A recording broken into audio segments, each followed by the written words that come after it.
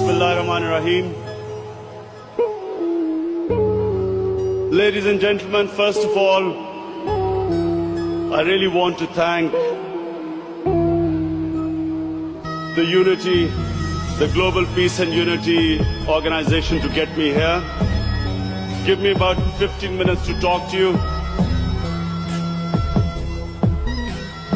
The most important thing, the point I want to make tonight is this, that it is extremely important for Muslims to be able to convey to people living in Western countries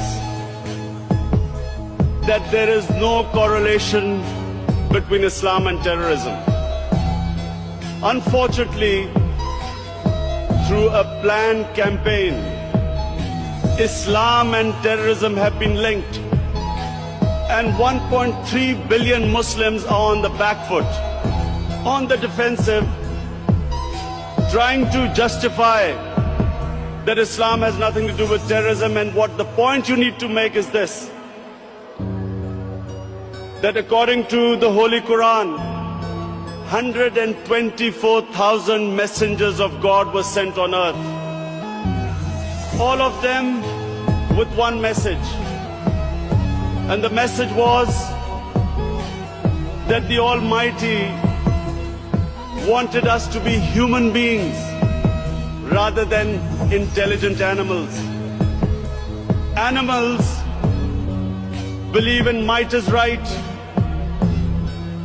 survival of the fittest, whereas human beings have compassion and justice. And Muslims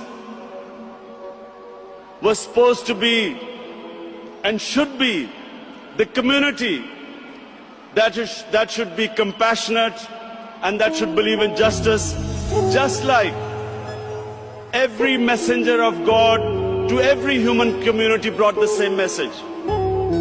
So when something like 9/11 happens, we should be able to tell those people who blamed 1.3 billion people for the acts of 18 people that terrorism knows no religion. All religions preach the same thing. And unfortunately, we do not have either the political or intellectual leadership in the Muslim world to be able to convey our point of view. So we have things, we have words like Islamofascism, like radical Islam. When Tony Blair and George Bush say that the enemy of Western civilization is radical Islam, how is the man in street in the West supposed to differentiate between a moderate Muslim and a radical Muslim? And why is Islam the issue? Before 9/11, 70% of all suicide bombings was by Tamil Tigers in Sri Lanka. No one ever blamed Hinduism for what they were doing.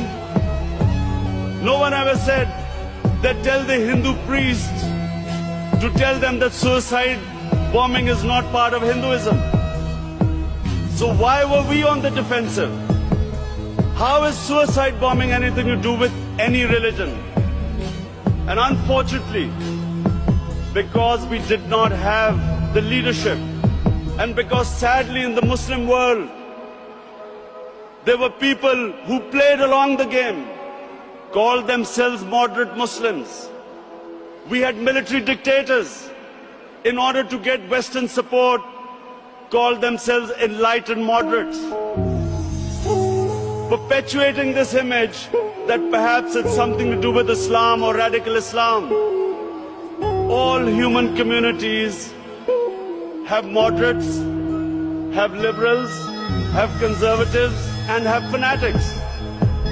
Islam also has its fanatics, but the moderate majority is always liberal, because our religion preaches, our religion accepts other communities and other religions. We all know that Islam believes in plurality. Muslims have lived with other religions. We have lived with Hindus, we have lived with Buddhists, we have lived with Jews, Christians. We accept, as the Quran says, Allah says in the Quran that it is through His will that we are distributed in different communities. It is through Allah's will that human beings are distributed in different religions and communities. And Allah goes on to say that had He wanted, we would all become one community. And then it goes on to say, the ayat goes on to say, compete in being good human beings. So we have a religion which preaches plurality. We accept other religions.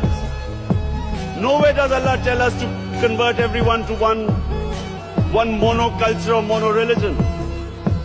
And all we are asked is to be better human beings, compete in being better human beings. So when we have things like the whole religion being called Islam, radical Islam, putting Muslims on the defensive, it is our failure to convey the true teachings of Islam to the Westerners. And the second point is very important to understand. We have also failed to make the Western countries understand that there are two aspects of religion which are sacred.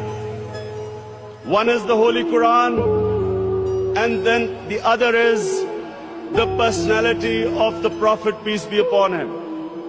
Unfortunately, when either the Quran or our Prophet, peace be upon him, they are ridiculed, the Muslim leadership has failed to convey to the Western countries that it pains and hurts us. Because the leadership doesn't do anything, we have radical youth demonstrating, being violent, and giving our enemies an opportunity to malign our religion. I think it's about time that the OIC, the heads of Muslim states, should stand up and convey this to the Western countries, that just as the Holocaust in various European countries, if there is any doubting the Holocaust, people are put into jails. There is no freedom of expression when it comes to Holocaust, and quite right. Because if anything hurts other human beings, why can't we lay off those subjects? Similarly, the Quran and the Holy Prophet, peace be upon him, should also be considered. If there's any caricature, if there's any ridicule about these two entities, it hurts us. We should be able to convey them to them.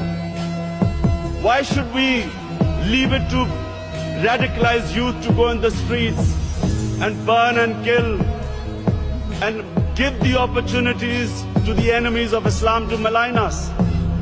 And I consider this a failure of the Muslim intellectuals and the Muslim leadership. I think that this is a very good forum. Before we leave, we should pass a resolution that we have to make Western countries understand that these two aspects are sacred to us. Same time, we should make them understand that Islam, like all great religions, all great revealed religions of the Almighty Allah, want justice on this earth, want peace, want compassion. Islam makes us into human beings.